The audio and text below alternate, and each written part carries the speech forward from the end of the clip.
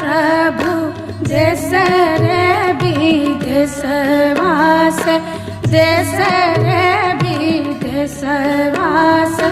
हमरा के कहाँ छोड़ ले जाइ छी रे ग